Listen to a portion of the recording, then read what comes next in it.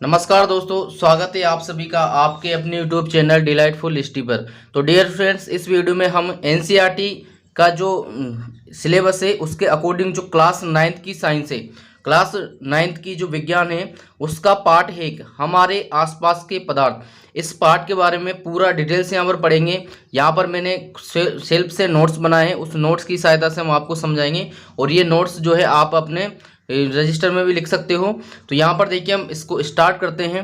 तो यहाँ पर देखिए इसमें हम पदार्थ के बारे में पढ़ेंगे। तो सबसे पहले हम पदार्थ की जो है परिभाषा पढ़ लेते हैं।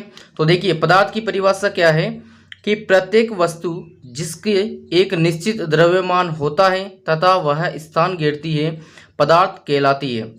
यानी कि कोई भी एक वस्तु है जिसका एक निश्चित द्रव्यमान को हम भार के रूप में देख सकते हैं, जिसका कोई भार होता है और वह स्थान घेरती है।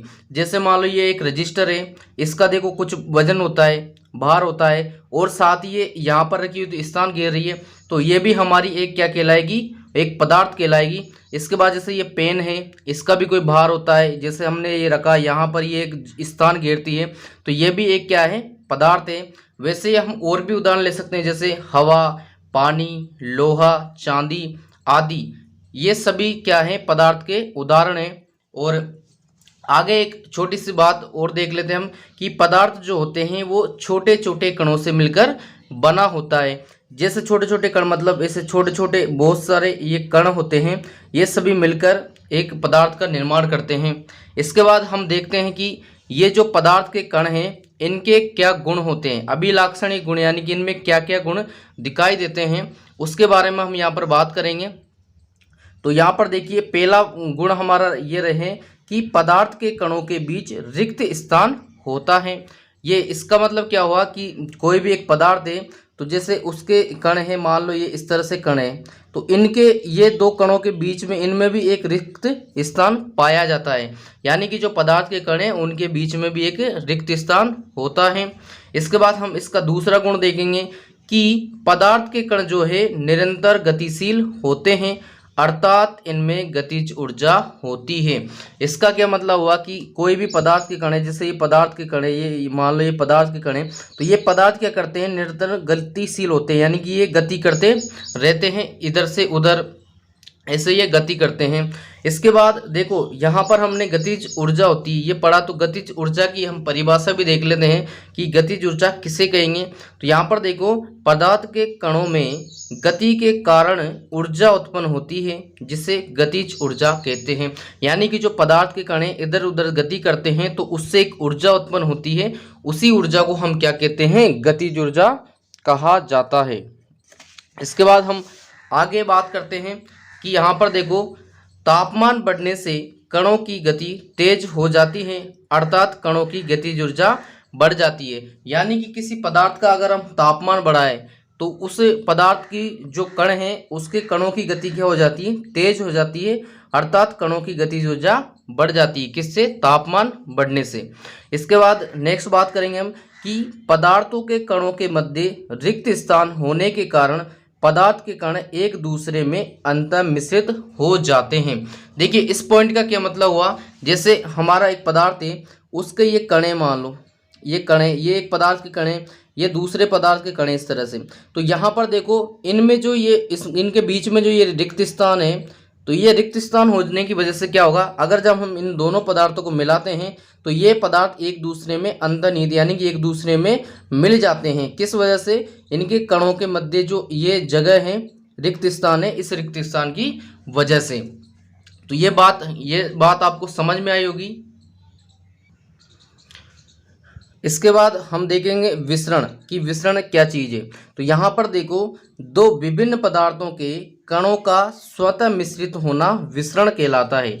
यानी यहाँ पर आपको ये विसरण की परिभाषा पढ़नी है कि अगर दो पदार्थ हैं उनके कण स्वतः यानी कि अपने आप ही एक दूसरे में मिलते हैं तो वो जो प्रक्रिया है वो क्या कहलाती है, विसरण कहलाती है। यानी कि दो विभिन्न पदार्थों के कणों का स्वतः यानी कि अपने आप ही मिश्रित होना, मिल जाना, विसरण कहलाता है। यहाँ पर देखो तापमान बढ़ने पर विसरण तेज हो जाता है। यानी कि अगर हम किसी पदार्थ का तापमान बढ़ाएं तो उसमें जो विसरण है वो तेज हो जाता है, यानी कि उसके जो पदार्थ के कण हैं वो एक दूसरे में बहुत जल्दी जो है मिलना स्टार्ट हो जाते हैं। इसके बाद हमारा तीसरा गुण है वो क्या है कि पदार्थ के कण एक दूसरे को आकर्षित करते हैं। जिससे मान लो ये पदार्थ के कण है, हमारे पास ये पदार्थ के कण है, ये एक पदार्थ के कण है, तो ये जो कण है आपस में एक दूसरे को खींचते हैं, आकर्षित करते हैं। ये पदार्थ जो है एक दूसरे को खींचते हैं आपस में, तो इसी को हम क्या कहते हैं, आकर्षित करना कहते हैं। जैसे चुंबक होता है ना, चुंबक अगर दोनों ध्रुव अलग अलग हम मिलाते हैं तो चुंबक एक दूसरे के पास आती है। उसी प्रकार से इसमें भी यही सिस्टम है कि पदार्थ के जो कण हैं वो एक दूसरे को आकर्षित करते हैं। इसके बाद देखिए, पदार्थ के कणों के मध्य एक आकर्षण बल कार्य करता है जो पदार्थ के कणों को एक दूसरे से बांधे रखता है। यानी कि ये मान लो हमारे पदार्थ के कण हैं, तो इनके मध्य क्या होता है, एक आकर्षण बल कार्य करता है, यानी कि ये एक दूसरे के प्रति आकर्षित होते हैं। उसी वजह से ये जो कण हैं एक दूसरे से बंधे रहते हैं। इसके बाद हम बात करेंगे पदार्थ की अवस्थाएं, यानी कि पदार्थ की कौन कौन सी अवस्थाएं होती हैं, यानी कि पदार्थ कितने प्रकार से पाया जाता है। तो यहाँ पर देखिए, पदार्थ की मुख्यतः 3 अवस्थाएं होती हैं।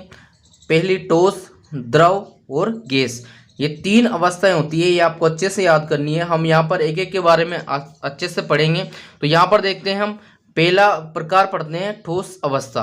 तो यहाँ पर देखिए, ठोस अवस्था में क्या होता है कि यदि पदार्थ का आकार एवं आयतन निश्चित हो तो उसे ठोस कहते हैं। यानी कि कोई भी ऐसा पदार्थ हो जिसका आकार और आयतन, यानी कि आकार है, जैसे मान लो कोई, जैसे ये पेन है, अब इसका देखो आप, इसका जो आकार है वो फिक्स है, अभी फिक्स है इसका आकार, और इसकी जो आयतन है वो भी फिक्स है कि यहाँ रख दिया तो ये इतनी जगह घेरेगा, और आयतन, और इसका जो यहाँ पर हमने इसको रखा तो ये जगह स्थान बराबर घेर रहा है, और इसकी जो डिजाइन है यानी कि आकार है वो भी बराबर है। तो यहाँ पर इसका मतलब यही है। तो इसको हम क्या बोल सकते हैं, कि ठोस पदार्थ बोल सकते हैं। क्या बोल सकते हैं इसको, ठोस पदार्थ बोल सकते हैं।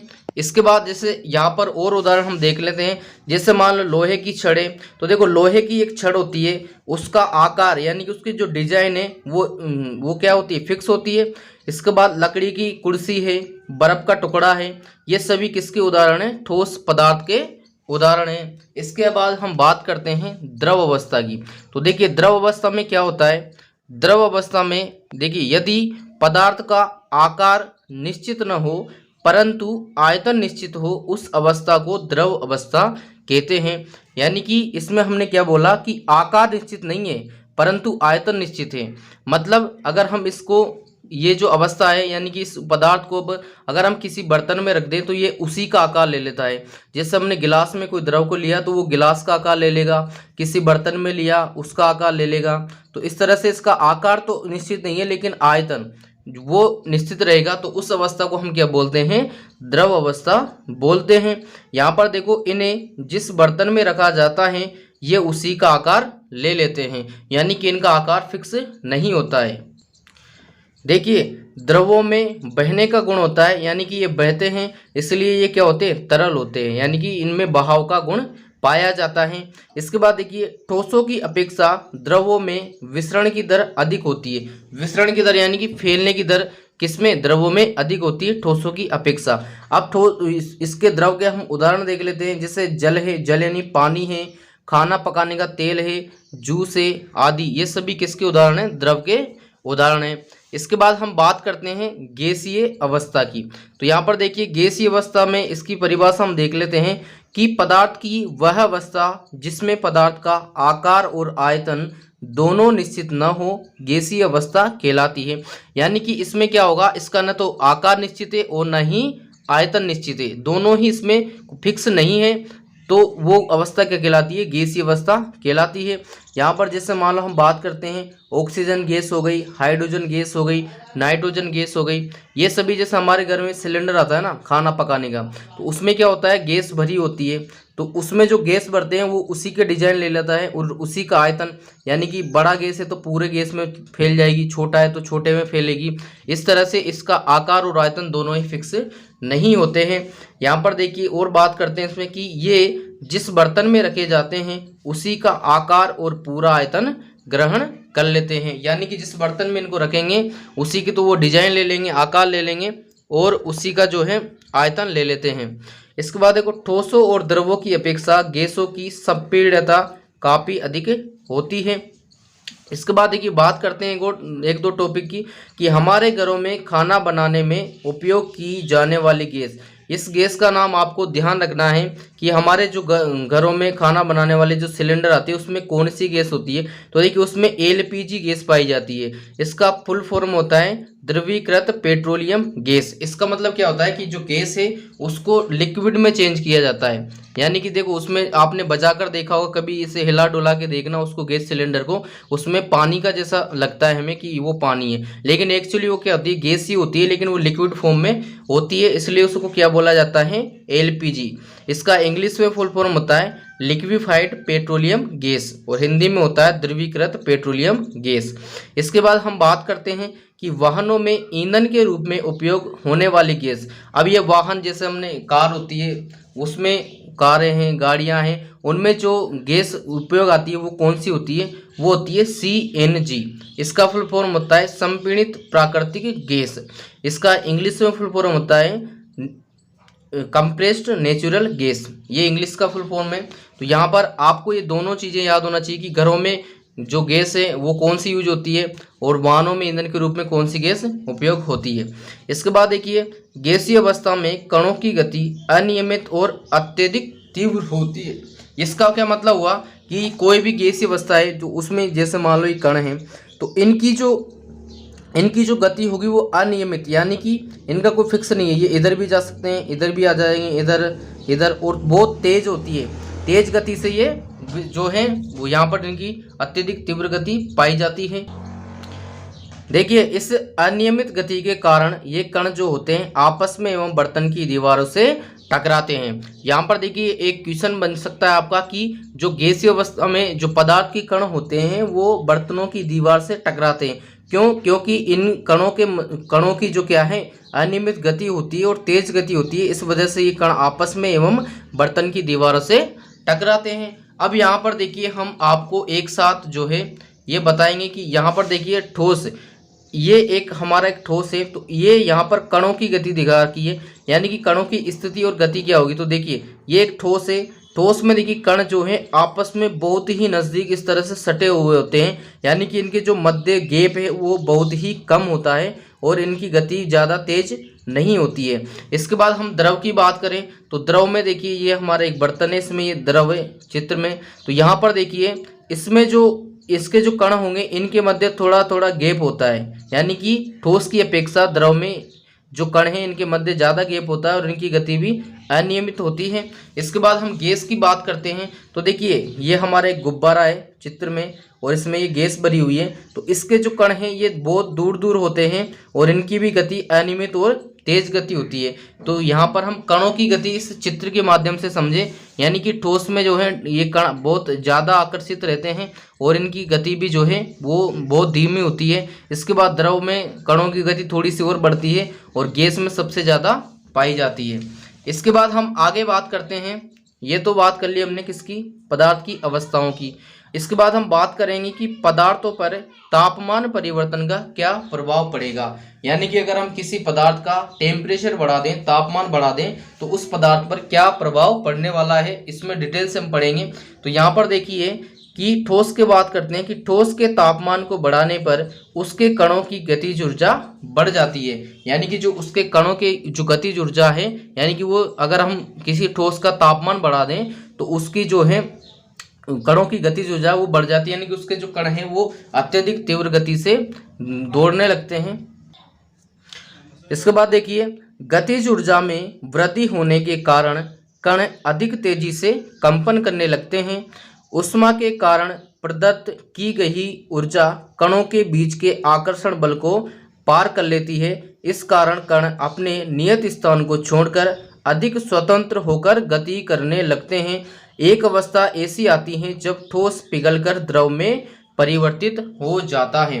देखिए इसका क्या मतलब हुआ कि जैसे हमने कोई ठोस पदार्थ है उसमें तापमान बढ़ाया और हम तापमान को वैसे की वैसे चलने दे रहे हैं या तापमान को और बढ़ा रहे हैं, तो जो ठोस के जो कण हैं उनके मध्य क्या होगा, जो आकर्षण बल था वो कम हो जाएगा, यानी कि आकर्षण बल जो है वो हट जाएगा।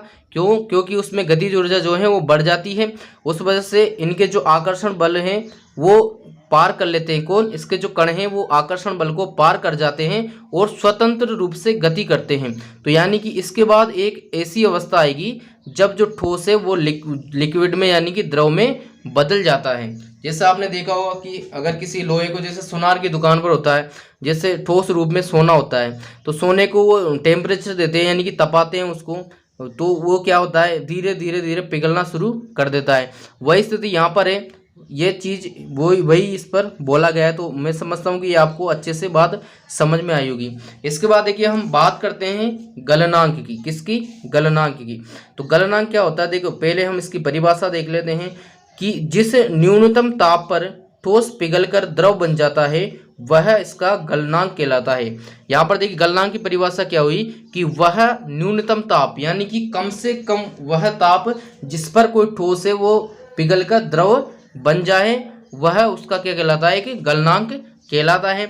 जैसे हम बात करें कि बर्फ का गलनांक कितना होता है? 273.15 केल्विन। यहाँ पर ये जो के है ये केल्विन है, इसको हम अभी यहाँ पर डिस्कस करेंगे। तो बर्फ का गलनांक जो इतना होता है, यानी कि अगर हम इतना टेम्परेचर दें बर्फ को तो बर्फ पिघलकर क्या बन जाएगा? पानी बन जाएगा, यानी कि द्रव बन जाएगा। यहाँ पर देखिए ये जो हमने के यूज किया है इसका मतलब क्या होता है? ये देखिए तापमान की अंतर्राष्ट्रीय जो इकाई होती है वो केल्विन होती है। केल्विन को हम शॉर्ट में के लिखते हैं। और यहाँ पर देखिए 0 डिग्री सेंटीग्रेड बराबर 273.15 केल्विन होता है। यानी कि अगर हम बात करें कि 273 केल्विन तो वो किसके बराबर होता है? 0 डिग्री सेंटीग्रेड के बराबर।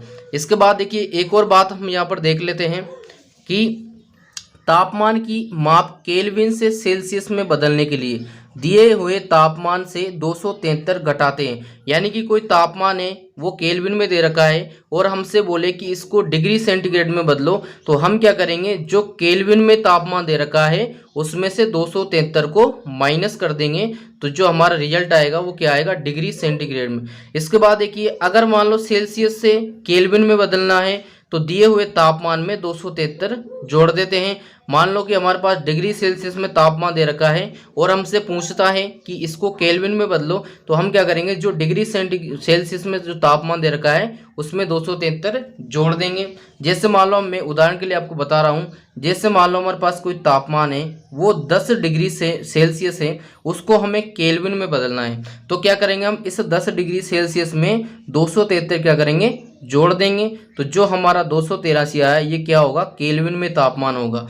इसके बाद इसका उल्टा अगर हम करें कि जैसे मान लो 283 केल्विन है उसको हमें डिग्री सेल्सियस में बदलना है, तो हम क्या करेंगे?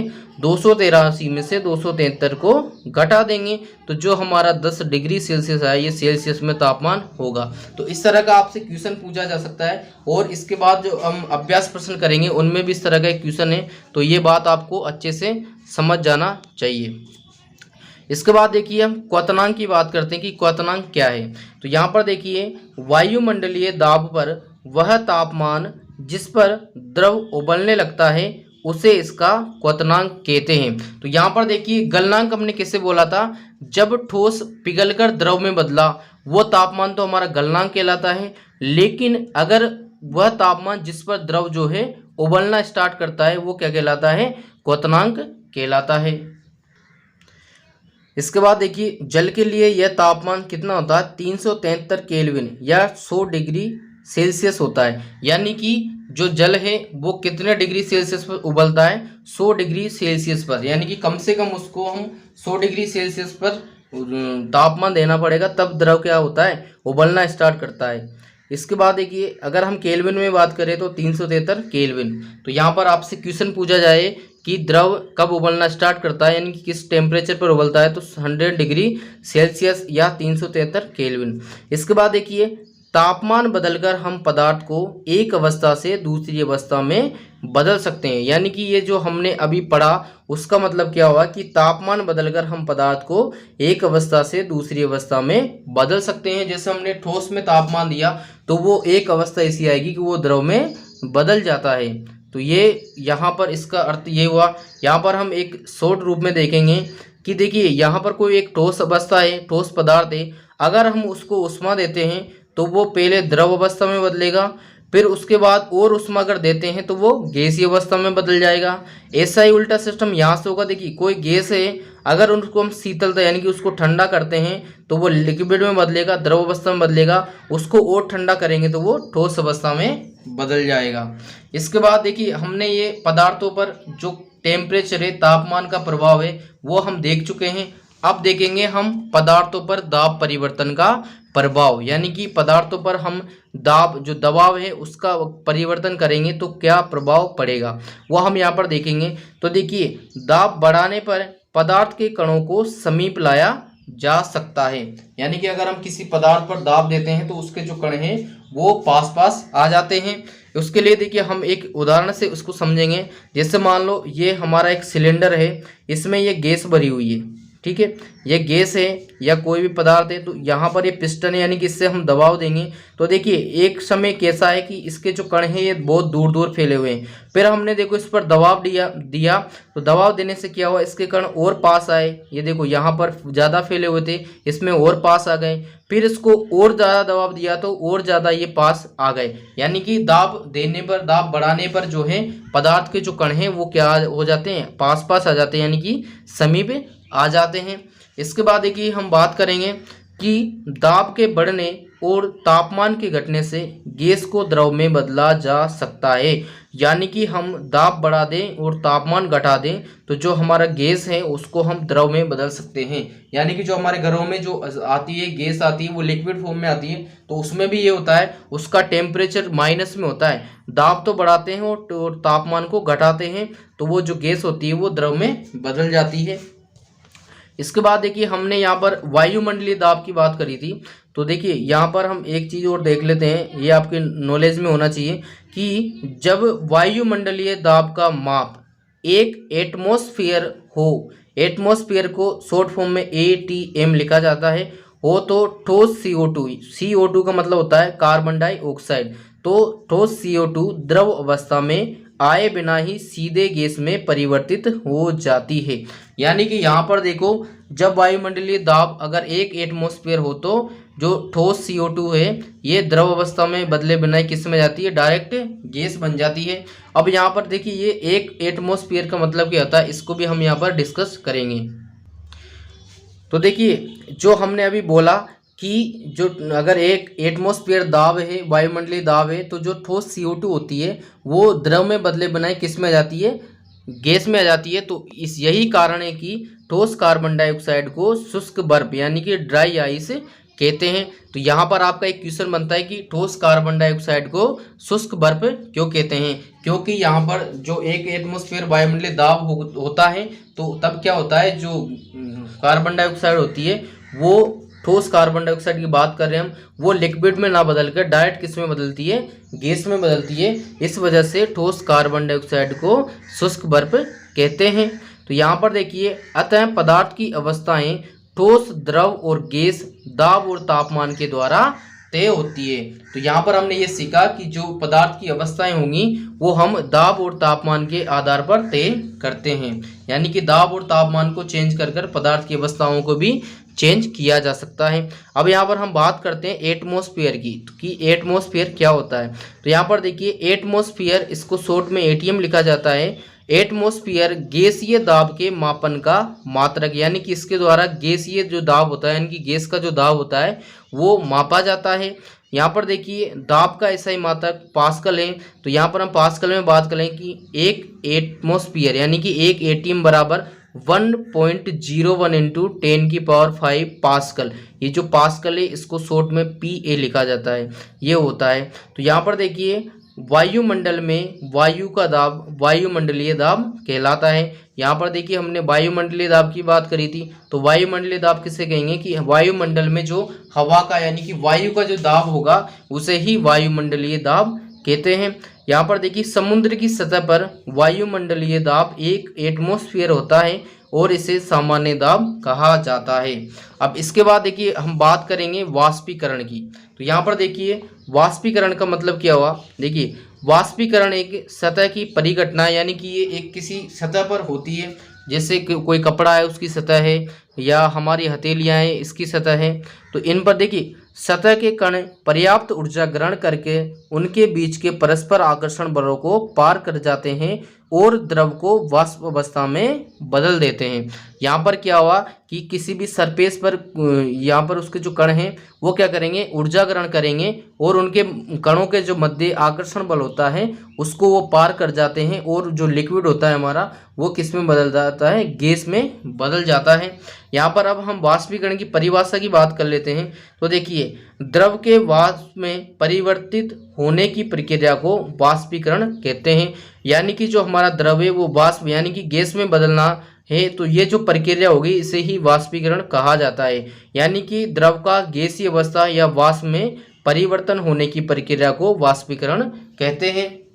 इसके बाद हम बात करते हैं वाष्पीकरण को प्रभावित करने वाले कारक, यानी कि जो वाष्पीकरण है इसको कौन कौन से ऐसे कारक हैं जो प्रभावित करते हैं। यानी तो यहाँ पर हम पहला प्रभाव की बात करेंगे, यह है सतही क्षेत्र बढ़ने पर वाष्पीकरण की दर भी बढ़ती है। तो यहाँ पर देखिए इसका मतलब क्या हुआ कि जैसे कोई क्षेत्रफल है, जैसे हम कपड़ा लेते हैं, कपड़ा जैसे हम सुखाते हैं तो हम देखिए कपड़े को अगर एक साथ ऐसे सिकुड़ कर इकट्ठा करके रखते हैं तो उसको सूखने में बहुत ज़्यादा टाइम लगता है, बल्कि जब अगर हम उसको फैलाकर सुखाते हैं तो उससे क्या होता है वो जल्दी सूखते हैं। तो वो क्यों सूखते हैं, क्योंकि जो हमने उसको फैलाया तो फैलाने पर क्या हुआ, उसके जो कणों के उसके जो द्रव के कण हैं यानी कि उसमें जो पानी था वो जल्दी से क्या होगा, वाष्प बन जाएगा, जिससे उसको तापमान मिलेगा या तो उससे क्या होगा वो जल्दी वहाँ पर वो वाष्प में बदल जाएगा।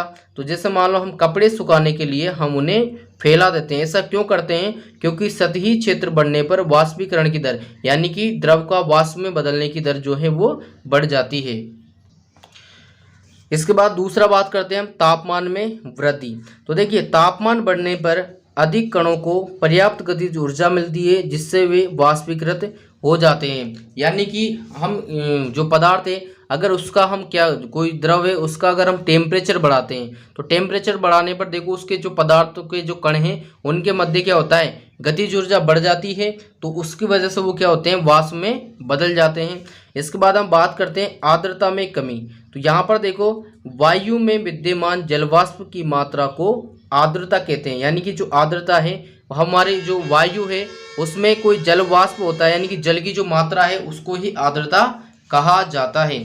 इसके बाद देखिए वायु में जल कणों की मात्रा अधिक होने पर वाष्पीकरण की दर क्या होती है, घटती है। क्या होती है, घटती है, क्योंकि देखो जैसे हमने कोई कपड़ा या कुछ सुखाया अगर उसके आसपास का वातावरण गीला है यानी कि उस आसपास के वातावरण में जल वाष्प अधिक है तो वहाँ पर देखिए उस कपड़े को सूखने में टाइम लगेगा, यानी कि उसकी दर क्या है, घट जाती है और वो गीला का गीला ही रहेगा।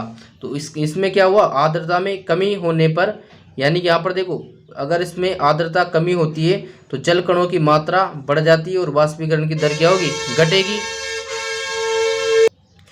इसके बाद देखिए वायु की गति में वृद्धि, यानी कि वायु की गति में वृद्धि होने पर वाष्पीकरण की दर पर क्या प्रभाव पड़ेगा। यहाँ पर देखिए हम जानते हैं कि तेज वायु में कपड़े जल्दी सूखते हैं।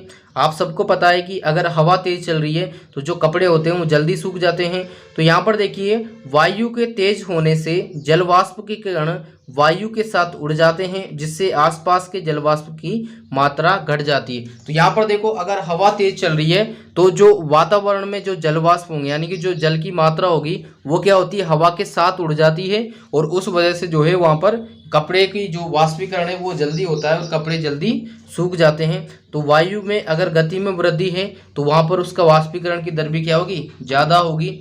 इसके बाद देखिए हम एक के दो क्वेश्चन और हैं जो मोस्टली पूछे जाते हैं उनको डिस्कस कर लेते हैं। यहाँ पर देखिए पहला क्वेश्चन है कि गर्मियों में हमें सूती कपड़े क्यों पहनने चाहिए। तो इसका हम यहाँ पर रीजन देखेंगे कि हमें गर्मियों में सूती कपड़े क्यों पहनने चाहिए।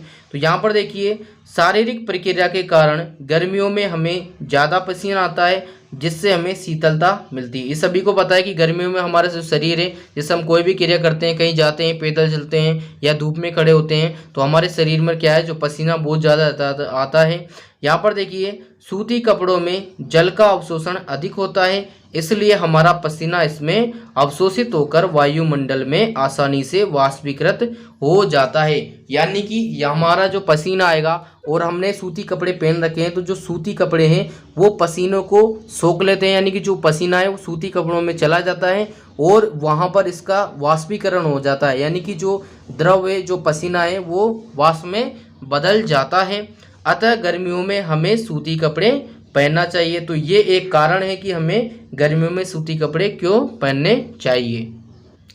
इसके बाद देखिए एक क्वेश्चन और है कि बर्फीले जल से भरे गिलास की बाहरी सतह पर जल की बूंदें नजर क्यों आती हैं। देखिए आपने देखा होगा, जैसे आपके घर में फ्रिज है, अधिकतर सबके घर में फ्रिज होता है, तो हम जैसे फ्रिज में रखी हुई बोतल को अगर बाहर लाते हैं और बाहर आप उसको थोड़ी सी देर रख कर देखना, उस पर पानी की बूंदें दिखाई देती हैं। तो वो किस वजह से दिखाई देते हैं, वही हमारा एक क्वेश्चन है। तो इसमें हम देखिए वो क्यों दिखाई देती है, क्योंकि वायु में उपस्थित जलवाष्प की ऊर्जा ठंडे पानी के संपर्क में आकर कम हो जाती है और यह द्रव अवस्था में बदल जाता है, जो हमें जल की बूंदों के रूप में नजर आता है। यानी कि एक्चुअली होता क्या है, जैसे हमने कोई बोतल है वो रखी, तो बोतल में देखो ठंडा पानी होता है, तो उसके आसपास का जो वातावरण है, जैसे हमने बोतल रखी उसके आसपास का जो वातावरण होगा, उस वातावरण में जो पानी की मात्रा होगी, यानी कि जलवाष्प की जो मात्रा होगी, वो उस ठंडे जो पानी है बोतल में रखा है उसमें अधिक जो उसकी ऊर्जा है वो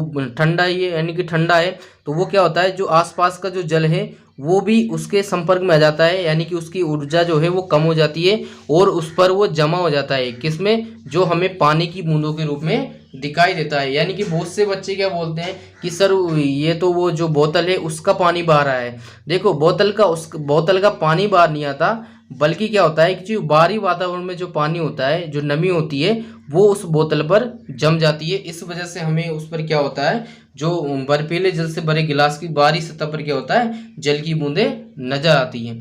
तो डियर स्टूडेंट्स, यहाँ पर हमारा जो ये लेसन है, लेसन की एक एक चीज़ मैंने यहाँ पर आपको क्लियर करवा दी है। बहुत से चैनल वाले या बहुत से टीचर क्या है बाहरी चीज़ भी पढ़ाते हैं, तो हमें जो सिलेबस में दे रखा है सिलेबस के अकॉर्डिंग पढ़ेंगे हम। तो ये जो पूरा पार्ट है ये मैंने यहाँ पर आपको कवर करवा दिया है। और यहाँ पर देखिए इसके अंदर के जो क्वेश्चन है, यानी कि पार्ट में अंदर जो क्वेश्चन पूछे गए हैं उनको भी हम कवर करवाएंगे, और पार्ट के बाहर जो क्वेश्चन बनाए गए हैं उनको भी हम कवर करवाएंगे। और इसके जो इम्पोर्टेंट क्वेश्चन है, यानी कि जो एग्जाम में आ सकते हैं, उनकी आने की पूरी संभावना है, उन सभी को भी हम यहाँ पर डिस्कस करेंगे। तो डियर फ्रेंड्स, आप हमें कमेंट करके बताएंगे कि आपको जो हमारा पढ़ाया हुआ है वो कितना समझ में आया। अगर कहीं पर कोई डाउट आपको नज़र आता है तो आप हमें कमेंट सेक्शन में कमेंट करेंगे, उस डाउट का हम आपको जरूर क्लियर करवाएंगे। तो डियर फ्रेंड्स, अगर आपको वीडियो हेल्पफुल लगा हो तो वीडियो को लाइक एंड शेयर जरूर करें, एंड अगर आप हमारे चैनल पर नए हैं तो चैनल को भी सब्सक्राइब जरूर कर लें।